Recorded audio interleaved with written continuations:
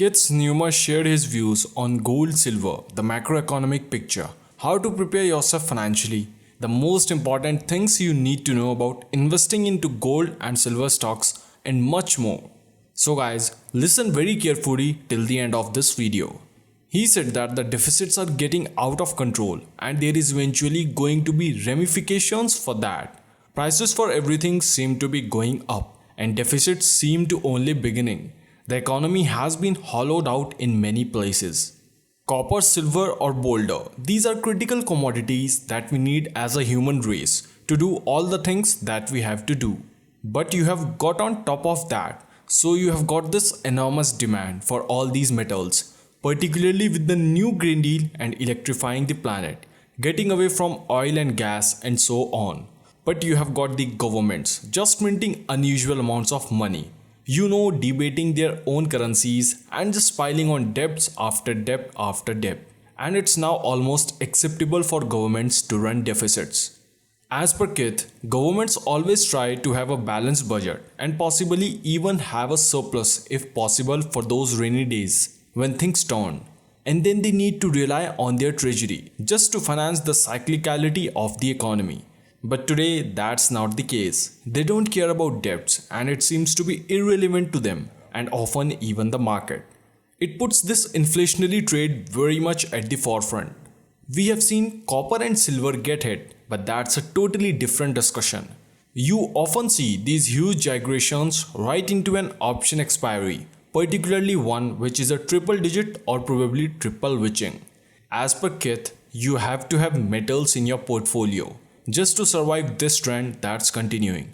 It doesn't seem to go. It's not going to go backwards. It's really incredible to actually see these things happening now, and everyone is starting to notice the price of inflation or the devaluation of the currency.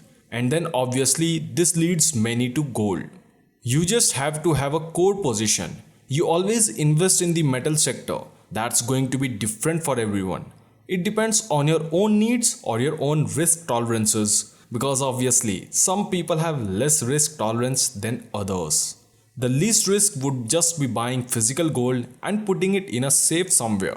But if you start getting into the equity markets, and of course, just like any stock, stocks do gyrate, but the miners tend to be quite a lot more volatile. You just have to have that diligence when you are investing. You have to trade your position, and that's one thing people forget to do. You have to be prepared when you buy a mining stock to be down 50% from the first purchase, because you are always going to be wrong. Don't ever expect you are going to buy a stock and it's going to go up the next day. Always expect it's going to go down. So you spread out your $10,000 over a multi-week time frame and you wait and you watch the company. You read the news releases.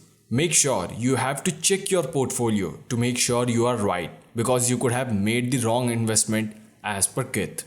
So as long as the fundamentals continue and you have got access to the company phone, the company up, talk to them. Now Keith adds up that gold is unique because it's really a currency. Gold is the granddaddy of all currencies and everyone should have a portion of gold in their portfolio. Whatever that means for people, but they should have some. And it's there just as a preservation of wealth. You don't really buy physical gold to make a profit. You put your profits from the stock market into physical gold.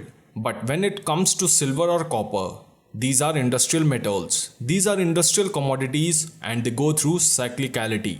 We are at the beginning of a new bull market and it's very much inflation driven. Interestingly enough, now with pandemic and all the supply chains that have been broken around the world, we have actually a supply problem because governments don't want to trade anymore. It's harder to get things from Europe. It's harder to get things shipped over from Asia. It's just crazy the way times on things today. So what happens? Price goes up because people don't want to wait. So they are going to pay more. So that creates inflation, and this inflation trade is here for probably a decade. The last bull market started in 2002. You had copper go from 60 cents to $4. You had silver go from $5 to $50. And you had gold go from 250 to 1900. And that's what we are going to see again, says Keith. So if you use those same kinds of percentage moves at today's metal prices, you get to see some pretty crazy numbers over the next decade. Now some people seem to think that this is transitory or temporary. We have the central bank saying that it's transitory. This inflation is not going to be over in a few months. It's going to be very much supply driven. The commodities just simply are not there. The miners don't have enough commodities to fill the demand. If the United States and the planet wants to re-electrify how we produce energy and consume energy, this is a game changer for metals. We have had a lack of investment in mining for the last decade. We just came out of a very severe bear market that started in 2014. That didn't really end until 2018 to 19. So the miners are starting to make money again. We can see it, of course, in the mining stocks, or they have all done quite well. But the mining industry still is really not willing to spend the amount of money necessary to build the mines that are required to meet the new Green Deal, rebuild the electrical grid, and it's going to be quite a long time before the mining sector is willing to do that because it's a very long process. You have a board of directors, the management teams saying we are going to build this mine. So they have to get permits, they got to raise the capital, then they have to start construction. And it's likely 10 years before that mining company can actually start turning a profit because they have got to repay all the capital that they used to build the thing in the first place.